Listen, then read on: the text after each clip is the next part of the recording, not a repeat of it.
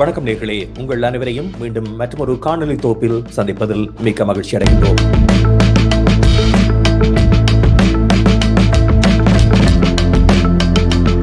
கடந்த காலங்களில் நாம் வெளியிட்டிருக்கின்ற காணொலி தொகுப்புகளுக்கு ஆதரவு தெரிவித்து கமெண்ட்ஸ் பகுதியில் கமெண்ட்ஸை தெரிவித்துக் கொண்டிருக்கின்ற உங்கள் அனைவருக்கும் இந்த நேரத்தில் எமது நன்றியை தெரிவித்துக் கொள்கின்றோம்.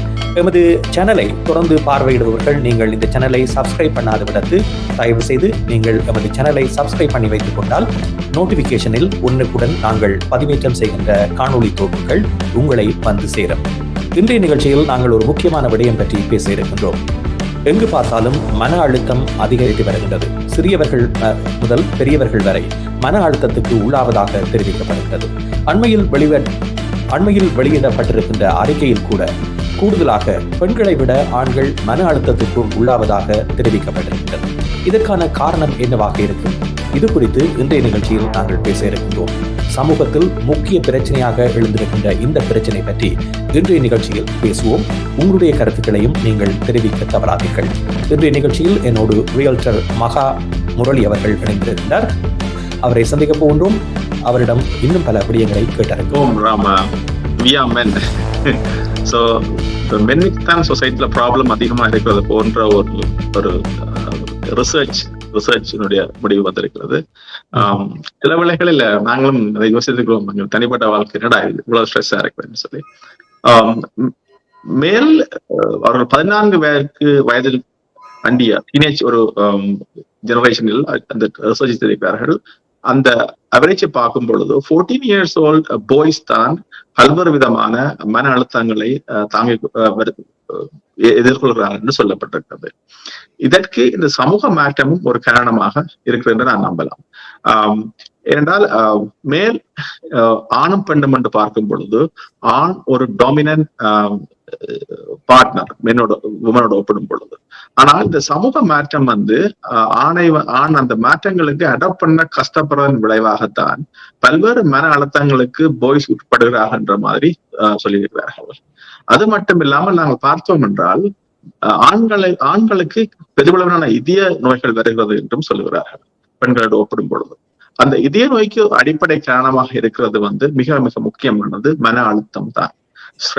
ஸ்ட்ரெஸ் ரிலீஃப் என்று நாங்கள் ஸ்ட்ரெஸ் ரிலீஃப் என்று போகும் பொழுது செல்போனை பார்ப்பதுனா ஸ்ட்ரெஸ் ரிலீஃப் ஆகும் என்று துவங்கி கடைசியா அந்த செல்போனை ஸ்ட்ரெஸ் நிலைக்கும் வந்திருக்கிறது. சோ எனவே மேலுக்கு இந்த ப்ராப்ளம் வருதுன்றதை நாங்கள் மிக முக்கியமாக கவனிக்க வேண்டும். சோ நாங்க சொல்லுவோம், முதல் நீங்கள் எல்லாரும் அந்த மூவி பார்த்திருப்பீங்க, வாட் உமன் வாண்ட்ஸ் என்றது வாட் மென் வாண்ட் நாங்கள் யோசிப்போம். இந்த மாதிரி ஆண்களுக்கு என்ன பிரச்சனை, நாங்களும் அதைத்தான் எதிர்கொள்கிறோம் இல்லையோ? சமூகத்தில் நாங்கள் ஆண் ஒருத்தர் மன அழுத்தத்துக்கு உட்படுகிறார், மன பிரச்சனைகள் இருந்து ஸ்ட்ரகிள் பண்றார் என்று சொல்வது ஆண்களுக்கு ஒரு தயக்கமாகவும் இருக்கிறது. தாங்கள் என்றால் அது ஆண் ஒரு பெண்ணை கட்டி ஆளுகிற ஒரு சமூகம் மன உணர்வோடு அல்லது ஒரு சமூகத்தில் டொமினண்டாக இருக்க வேண்டிய தேவை இருக்கிறது. இப்போ எப்படி ஒரு ஆண் சிங்கம் பெண் சிங்கங்களை அமர்த்துவதும் அந்த வேட்டையாடும் பொழுது ஆண் சிங்கம் மிக வலுவாக இருப்பது போலத்தான் ஆண்களும் வலுவாக இயற்கையில் இருந்திருக்க வேண்டும். இப்பொழுது அதுக்கான தேவை குறைந்து கொண்டு போகிறது. எனவே அதனால்தான் ஆண் சொல்லவும் தயங்குவார். ஏனென்றால் தன்னை ஒரு குறைவாக பெண் மதிப்பிடுவார் என்றும் சமூகம் தன்னை குறைவாக மதிப்பிடும் என்றும் கணக்கிட நினைக்கும் பொழுது அதனால் அவர் அதை வெளியிடுவதிலும் தயங்குகிறார் என்று நான் நினைக்கிறேன். ஆமாம், அது நமது சமூக கட்டமைப்பிலேயே அவ்வாறான ஒரு கட்டமைப்பு இருக்கின்றது என்பதை நாங்கள் உணர்ந்திருக்கின்றோம். காரணம், ஒரு சிறுவன் அழுதால் ஆண் பிள்ளை அழக்கூடாது என்ற ஒரு கருத்தை நமது பெற்றோர் கூறியதை பார்த்திருக்கின்றோம். நீ ஆண் பிள்ளை, நீ அழக்கூடாது. இது சமூகத்தில் பல்வேறு பிரச்சனைகளை எதிர்நோக்கின்ற ஆண்கள் தாங்கள் எந்த பிரச்சனைகளையும் அப்படியே மனதுக்குள் புதைத்துக் கொள்ளக்கூடிய ஒரு நிலைக்கு தள்ளப்படுகிறார்கள். ஏனென்றால் வெளியில் அந்த உணர்வுகளை கொட்டி தீர்க்கும் அளவுக்கு அவர்களை செல்ல விடாது தடுப்பதற்கான ஒரு சமூக கட்டமைப்பாக இந்த கட்டமைப்பு இருப்பதன் காரணமாக ஆண்கள் தங்களுக்கு இருக்கின்ற பிரச்சனைகளை வெளியாரிடம் சொல்வதில்லை. நண்பர்களோ அல்லது குடும்ப உறுப்பினர்களோ இவ்வாறான விடயங்களை பகிர்வதில் தயக்கம் காட்டுகிறார்கள். பிரச்சனைகளை மூடி மறைத்து அவர்களுடைய மனதுக்குள்ளேயே புதைத்து வைக்கின்ற பொழுது அது என்றோ ஒரு நாள் பேரிடியாக அவர்களுக்கு அமைந்து விடுவது இந்த இருதய நோய்கள் போன்ற விடயங்கள் வருகின்ற பொழுதுதான் அவர்களுக்கு தெரிய வருகிறது, இது இவ்வளவு காலமும் இவ்வளவு பிரச்சனையை அவர் தன்னுள்ளே அடக்கி வைத்திருக்கின்றார் என்று. இவ்வாறு தற்கொலைக்கு செல்பவர்கள் கூட தற்கொலையிலிருந்து தப்பி பிழைத்தவுடன் இந்த விடயங்களை கூறியிருப்பதை பார்த்திருக்கின்றோம். ஆகவே இது சமூக கட்டமைப்பில் இருக்கின்ற ஒரு விடயமாகவும் பார்க்கலாம். ஆனால் இவ்வாறான நவீன காலத்தில் ஆண்களும் பெண்களும் சமமாக மதிக்கப்படுகின்ற காலத்தில் ஆண்கள் பெண்களிடம் தங்களுடைய தகவல்களில் சொல்வதில், உணர்வுகளை வெளிப்படுத்துவதில் எந்தவித தயக்கமும் இல்லை என்பது வெளிப்படையான உண்மையாக இருக்கின்றது. ஆனால் எத்தனை பேர் இதனை செய்கின்றார்கள் என்பதை நாங்களே எமது மனதை தொட்டு கேட்க வேண்டும். பெண்கள், நான் நினைக்கிறேன், பெண்களுக்கு இருக்கிற சமூக பிரச்சனை, பெண்களுக்கு ஏற்பட்டிருக்கிற இந்த நவீன மாற்றம், அதை ஆண்களால் புரிந்து கொள்வதற்கு தயங்குகிறார்களோ என்ற பிரச்சனை வருகிறது. ஏனென்றால் பெண்கள் இப்ப சமூகத்தில் பல்வேறு விதமான படிநிலைகளை, அடக்குமுறைகள் இருந்து வெளியேறி அவர்கள் தங்களுக்கான ஒரு வாழ்க்கை முறையை தேட ஆரம்பிச்சிருக்கிறார்கள். இதை ஆண்கள் அடாப்ட் பண்றதில் கொஞ்சம் சிக்கலாக இருக்கிறது. இந்த இயல்பாகவே ஆண்டிய மூளை சொல்லுவார்கள் ஒற்றை விஷயத்தை சிறப்பாக செய்யக்கூடியது என்றும், பெண்களுடைய மூளை பல்வேறு விஷயங்களை பல்வேறு நேரங்கள் செய்யக்கூடியதாகவும் இருக்கும் என்றால் அது இயற்கைக்கான தேவை இருக்கிறது. என்றால் ஆண் விலங்காக இருக்கும் பொழுது அவர் வேட்டையாடி குடும்பத்துக்கு கொண்டு வருவதற்காகத்தான் இருந்திருக்கிறார், அல்லது ஒரு விவசாயம் இருக்கிறார். நம்முடைய மூளை ஒரு விலங்கை வேட்டையாடுவதாக இருந்தால் 4 விஷயம் டிஸ்ட்ராக்ட் பண்ணப்பட்டால் அந்த விலங்கு அடித்து விடும் போல. எனவே அந்த விலங்கை நோக்கி ஓடும் பொழுது ஆண் குழுவாக அதுதான் முக்கியமாக இருக்கணும். அதிலே நாங்கள் பாசங்கள், பாவம் நினைத்தால் இந்த உணவு வீட்டுக்கு வராது. அப்படி இயற்கை படுத்திருக்கு. பெண்கள் குழந்தைகளை பராமரிப்பதும் வீட்டு முக்கியமாக, இந்த குழந்தையை கருவிட்டு அவர் குழந்தையை பெற்றெடுத்து அவர் வளர்ப்பிருக்க மிக முக்கியமானது. அவர் பல்வேறு விடயங்களை சமாளிக்க வேண்டியிருக்கும். சில வேளைகளில் ஒரு மேல் ஆண் விலங்கு இன்னொரு விலங்கை தாக்கலாம் குடும்பத்தில். அதாவது சமாளித்து போகிற மனநிலை பல்வேறு விஷயங்களை ஒற்றையில் கவனிப்பது போன்ற இயல்பாகவே அது படைக்கப்பட்டிருக்கலாம். எனவே அந்த சமூக மாற்றம் ஏற்படும் பொழுது, தொழில் ரீதியாக மாற்றம் ஏற்படும் பெண்கள் அந்த வேலை இடத்துக்கு வரும்பொழுது சில வேளைகள் ஆண்களால் அதை எப்படி ஹேண்டில் பண்றது என்ற பிரச்சனை வருகிறது. எனவே பெண்ணை விட தான் உயர்வாக காட்டிக் கொள்ள வேண்டிய தேவைக்காக கூட அவர்கள் சில வேளைகள் இந்த சமூகத்திலிருந்து ஸ்ட்ரெஸ்ஸை எதிர்கொள்கிறார்கள். ஒரு வேலையை சிறப்பாக செய்வதில் ஆண்கள் சிறப்பாகவும், பல்வேறு வேலைகளை ஒரே நேரத்தில் செய்வதற்கு பெண்கள் சிறப்பாகவும் இருக்கு. 2 வேறுபட்ட, அதான் பெண் விடுதலை என்று கதைக்கும் பொழுது நாங்கள் ஒன்றை கவனிக்க வேண்டாம். பெண்களுடைய சிறப்பு என்னென்றா பல்வேறு விடயங்கள் ஒரு நேரத்தில் செய்வார்கள். ஆணுடைய சிறப்பு என்ன, ஒரு விஷயத்தை ஒரே நேரத்தில் போக்கஸா செய்வார். இதுதான் வேறுபாடு. சோ பிசிக்கலி பார்த்தோம் என்றால் இயற்கையாகவே இரு வேறுபட்ட அமைப்புகளை கொண்ட விலங்கினமாக நாங்கள் இருக்கிறோம். அதில் கவனமாக இருக்க வேண்டும். பெண்கள் என்பதற்காக ஆணுடைய கொப்பி அடிப்பது பெண் என்றல்ல, பெண்களுக்கான தனித்துவத்தை வளர்த்தெடுப்பதுதான் பெண் விடுதலையாக இருக்க வேண்டும். இந்த நேரத்தில் நாங்கள் ரியல் எஸ்டேட் துறையில் இருப்பதனால் பல அழுத்தங்கள் பெண்கள் மூலமாக ஆண்களுக்கு கொடுக்கப்படுவதும், ஆண்கள் மூலமாக பெண்களுக்கு கொடுக்கப்படுவதும், இந்த வீட்டு சந்தையில் கூட இவ்வாறான நாடுகளில் வீடுகளில் முதலிடுவதில் கூட அவதானிக்கக்கூடிய விடயமாக இருக்கிறது. காரணம் என்னவென்றால், ஆண் விரும்புவார் ஒரு வீட்டில் தான் வசித்தால் போதும், எனக்கு எந்த அளவு தேவையோ அந்த அளவு போதுமானது என்பதனை பெரும்பாலான ஆண்கள் எமக்கு எந்த அளவு தேவையோ அந்த அளவில் வாழ வேண்டும் என்று நினைப்பது உண்டு. ஆனால் பெண்களை பொறுத்தவரையில் அவர்கள் பிறரோடு தங்களை ஒப்பிட்டு இன்னும் மேலதிகமாக நாங்கள் சிறப்பாக இருக்க வேண்டும் என்ற ஒரு உன்னதத்தில் ஆண்களுக்கு இவ்வாறான விடயங்களை சொல்லுகின்ற பொழுது, பெண் சொல்லிவிட்டாரே என்ற காரணத்திற்காக, இது தன்னுடைய இயலாமையாக இருந்தாலும் கூட ஆண்கள் அந்த மனச்சுமையை ஏற்று சில விடயங்களை செய்ய எத்தனிப்பதை பார்க்கின்றோம். அங்கேயே பிரச்சனை உருவாவதை பல இடங்களில் அவதானிக்கக்கூடியதாக இருந்திருக்கின்றது. இந்த பொருளாதாரம் என்று வருகின்ற பொழுது ஆண்களுக்கு பொருளாதார சுமை என்பது ஏற்றப்படுகின்ற ஒரு நிலை சமூக மட்டத்தில் காணப்படுகிறது. இது பெண்களுக்கும் இருக்கும். சில வேளைகளில் ஆண் துணை இல்லாத பெண்களுக்கு இவ்வாறான பொருளாதார சுமை இருக்கும். ஒப்பீட்டளவில் பார்க்கின்ற பொழுது பெண்களுக்கு ஒத்தாசையாக இருக்கக்கூடியவர்கள், ஆறுதல் செல்லக்கூடியவர்கள் கூடுதலானவர்கள் இருப்பார்கள். ஆண்களை பொறுத்தவரையில் அவ்வாறான ஆறுதல்கள் கூறப்படுகின்ற பொழுதும் அதனை ஏற்றுக்கொள்ள முடியாதவர்களாக, அல்லது அதனை ஏற்றுக்கொள்வதை வெளிப்படையாக காட்டிக்கொள்ளாதவராக இருக்கின்ற பொழுது இந்த பிரச்சனைகள் அதிகம் பெறுவதை அவதானிக்கக்கூடியதாக இருக்கின்றது. நிச்சயமாக வீடு வாங்குவதில் கூட பிரச்சனையாய் கடைசியா அந்த வீடு 2000 காலங்களும் இருக்கின்றன. இருவருக்கும் கருத்து மோதல் ஏற்பட்டு பெரிய வீட்டை வாங்கி குழம்பின காலங்களும் இருக்கின்றன. எனவே அந்த 2 வேறுபட்ட மனநிலை உள்ள மனிதர்கள் வாழ்றதால அதான் பிரச்சனை. இப்பொழுது என்னென்றால், பெண்களுக்கு ஹோமோன் சேஞ்சஸ் மந்த்லி நடக்கும். அவர்களுடைய ஒரு கருவை தாங்குவதற்கான இயற்கை பரிமுறை அப்படி இருக்கிறது. ஸோ ஹோமோன் சேஞ்சஸ் இருக்கும். அந்த ஹோமோன் சேஞ்சஸ் அவர்கள் உணர்வார்கள், அவர்கள் அதை புரிந்து கொள்வார்கள்.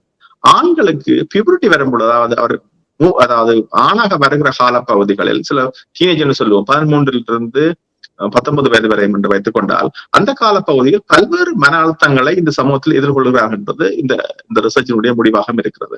என்னென்றால், பெண்களை எப்படி கையாளுவது, ஆணுக்கு ஒரு தனக்கு துணையை தேடுவதற்கான அல்லது கவர்ச்சி என்றது அந்த காலத்தில் நிச்சயமாக உருவாகும். அவர்கள் எப்படி பெண்களுடன் கதைப்பது, பெண்களுடன் துறையாடுவது, எது சரி எது தவறு, தனக்கான தேவை எப்படி பூர்த்தி செய்வது, அவர் எப்படி மதிப்பார்கள், இந்த போன்ற பல்வேறு மன அழுத்தங்களுக்கு உருவாகிறார்கள் ஆண் குழந்தைகள், பாய்ஸ் ஸ்பெஷலாக. இன்னொரு பிரச்சனை என்னன்னு சொன்னால், ஆண் ஒரு வகுப்பறையிலோ அல்ல குறிப்பிட்ட சர்க்கிளுக்குள்ளோ வைத்து கல்வியை கற்பிக்கக்கூடிய மாதிரியோ அல்லது அந்த சமூகத்தில் இதுக்கான அமைப்பை உடையவர் அல்ல. அவருடைய மூளை வெளியிடங்களில் திறந்த பரப்பில் வெளியே சென்று எக்ஸைட்டிங். நீங்கள் குழந்தை பிள்ளைகளை பார்த்திருப்பார்கள், சிறு வயதில் பிறந்த குழந்தை. பெண் குழந்தை அமைதியாக ஒரு இடத்தில் இருக்கும், ஆண் குழந்தை ஓடி தெரியும். நேச்சுரல் இயற்கையாகவே அவர்களுடைய உருவ அமைப்புக்கு மெசுகுலராக உருவாக வேண்டிய தேவை ஆணுக்கு இருக்கிறது. அவர் குடும்பத்தை காப்பாற்ற வேண்டும், இயற்கை அவருடைய ஹோமோன் டெஸ்டோஸ்டெரோன் ஹையா இருக்கு. சோ அது ஆணுக்குரிய சிறப்பியல்பாக இருக்கும், பெண்ணுக்குரிய சிறப்பியல்பு அமைதியாக இருக்கிறது. ஆனால் இப்ப நாங்க கல்வி இருக்கிற சமூகத்தில் ரெண்டையும் ஒன்றாக வைத்து சொல்லுவார்கள், யானையையும் கல்விமுறை எப்படின்னு சொன்னா யானையையும் ஒட்டகச்சிவிங்கியையும் சிங்கத்தையும் உள்ளத்தை படிப்பிச்சால் எப்படி இருக்குமோ அப்படித்தான் அந்த கல்விமுறை இருக்கிறது. ஆண்களுக்கான கல்விமுறை அவருடைய பிராக்டிகலைசேஷத்தை நிறைய பார்ப்பார்கள். சோ வெளியே திரிவது அது போன்ற பிரச்சனைகளை பார்ப்பார்கள். சோ சில ஆண் குழந்தைகள் மாறிவிட்டன, பெரும்பாலும் ஆண் குழந்தைகள் அதை ஸ்ட்ரகிள் பண்ணுகிறார்கள் என்றால் அவர்கள் வெளியிடங்களில் இருந்து அப்படி படிப்பதற்கான விலமுறை. அதனால்தான் பெண் குழந்தைகள் அகடமிக்கலா நன்றாகவும் ஆண்களும் பிராக்டிகலா நன்றாக இருப்பதற்கு இன்னொரு காரணமா இருக்கலாம் என்றால் அது அவருடைய மரபுரிமை அப்படி இருக்கிறது. ஆமாம், இந்த மரபுரிமை என்று சொல்லுகின்ற பொழுதுதான் அண்மையில் இடம்பெற்ற துப்பாக்கிச்சூடு சம்பவங்களில் கூட கூடுதலான டீனேஜர்ஸ் பங்கு பெற்றி இருப்பதை பார்க்கின்றோம்.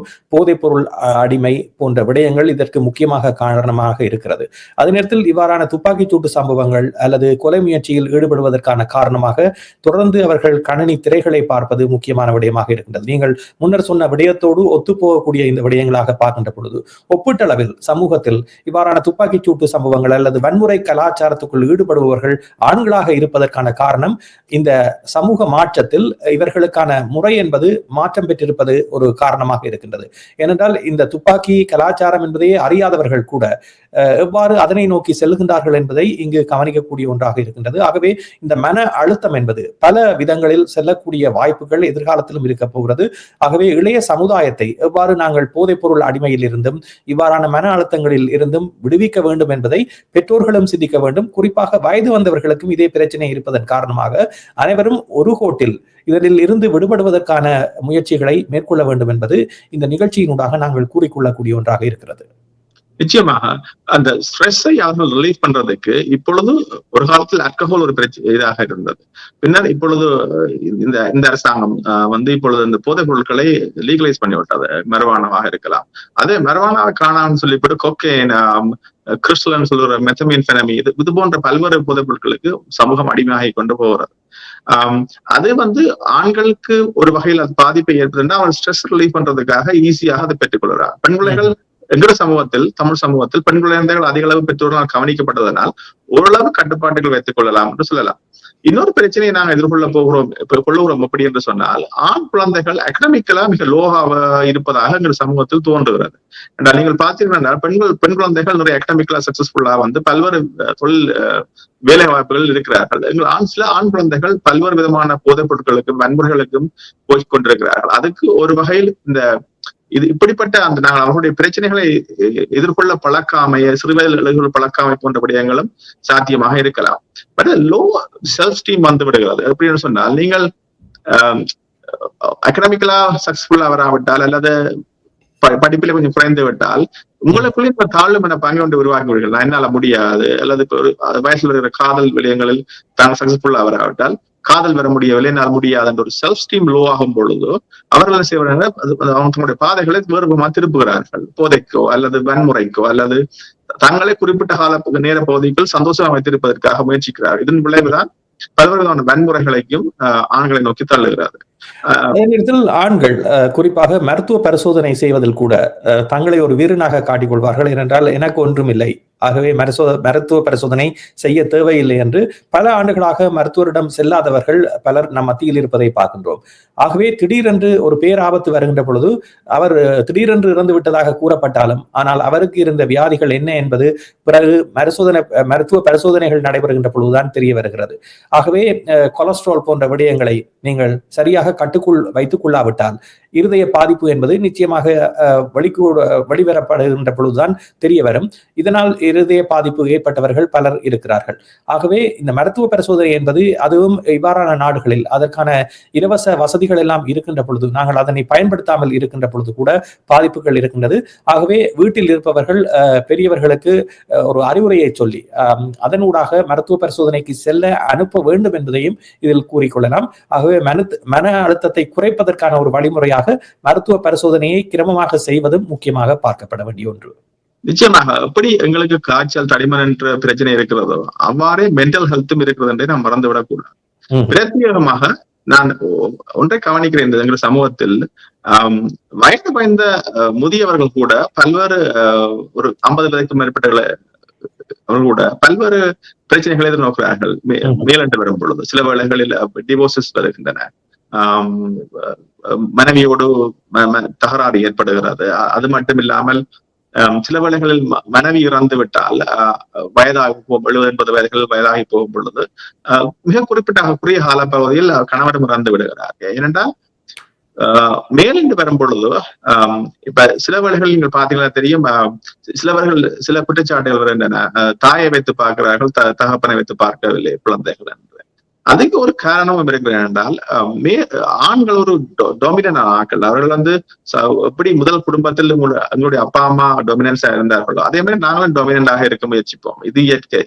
எனவே பெண் அடாப்ட் பண்ணக்கூடிய ஆள். இப்போ ஒரு குடும்பத்தில் வயோதிபராக ஆணும் பெண்ணும் வரும் பொழுது பெண் அந்த அந்த தங்கள் குடும்பத்தில் ஏற்பட்ட அதாவது வயது மாற்றங்கள் நிலைமை மாற்றங்கள் ஏற்ற மாதிரி அடாப்ட் பண்ணி கொள்வார். ஆண்களை அடாப்ட் பண்றது கொஞ்சம் கஷ்டம். ஏன்னா அவர் டொமினன்ட் ஆனால் அவர் அந்த விட்டு கட்டியான் இருப்பார். எனவே அவர் அடாப்ட் பண்றதுன்றது அவர் மிக கடினமாக இருக்க போகிறது. எனவே அவர் என்ன செய்யறார் என்றால் அந்த சமூகத்திலிருந்து அல்லது விலகி வெளியே போக நினைக்கிறார், போகிறார். இது ஆண்களுக்கு இருக்கிற மன அழுத்தங்களை ஏற்படுத்துகிறது. இதனால் தான் அவர்கள் புகைப்பு வழக்கங்கள், ஏர்லியாக இறந்து விடுவது, ஹார்ட் அட்டாக் போன்ற நிலையங்களும் வருகின்றன. சோ இவைகளை நாங்கள் மிக மிக மிக கவனமாக பார்க்க வேண்டும். நான் என்னுடைய நண்பர் ஒருவர் கேட்பார் அடிக்கடி, என்னடா மனசோட எப்போதாலும் பிரச்சனை வந்து என்ன காரணம்? எனக்கும் பிரச்சனை வருதுதான், ஆனால் அதை எப்படி அட்ஜஸ்ட் பண்ணி போறோம்ன்றதான் முக்கியம். வேண்டால் மேல் think differently, women think differently. 2 பேரும் வேற வேற மாதிரி தான் சிந்திப்போம். நாங்கள் ஒரு விஷயத்தை கண்டா முடிக்கணும்னு நினைப்போம். அவர்கள் இது முடிச்சால் என்ன பிரச்சனை மாதிரி பல்வேறு விதமா ஆராய்வார்கள். சோ 2 பேருக்குமான பிரச்சனை தொடர்ந்துதான் நடந்து கொண்டுதான் இருக்க போகுது. அதுக்கு சர்வை பண்ணி வாழ பேர் கேட்டுக்கொள்ள வேண்டும் என்பதுதான் இளமை. ஆமா, மன அழுத்தம் வருவதனால் எவ்வாறான பாதிப்புகள் ஏற்படுகின்றன என்பதை தெரிவித்திருந்தோம். ஆகவே இந்த மன அழுத்தத்திலிருந்து ஆண்களோ பெண்களோ அனைவரும் விடுபட வேண்டும் என்பதுதான் முக்கியமான நோக்கமாக இருக்கிறது. போதைப்பொருள் பாவனை குறித்து கூடுதலாக ஆண் பிள்ளைகள் இவ்வாறு பாதிக்கப்படுவதாக இருந்தாலும் எங்களுக்கு தெரியாமல் பல சம்பவங்கள் இப்பொழுது தமிழ் சமூகத்தில் இடம்பெற்றுக் கொண்டிருப்பதை பார்க்கலாம். எவ்வாறு ஆண்களும் பெண்களும் சம உரிமையை பெற வேண்டும், சம அந்தஸ்தை பெற வேண்டும் என்று போராடுகின்றோமோ அதே போன்று இந்த தீய செயல்களிலும் ஆண்களும் பெண்களும் ஈடுபட்டு வருவதும் தவிர்க்க முடியாத ஒன்றாக மாறிக்கொண்டிருக்கின்றது. ஆகவே சமூக விழிப்புணர்வோடு அனைவரும் இந்த விடயங்களில் இருந்து மீள்வதற்காக முயற்சிக்க வேண்டும். சமூகமாக ஒன்றிணைந்து பயணிக்கின்ற பொழுது இவற்றை நாங்கள் வென்றுவிடலாம்.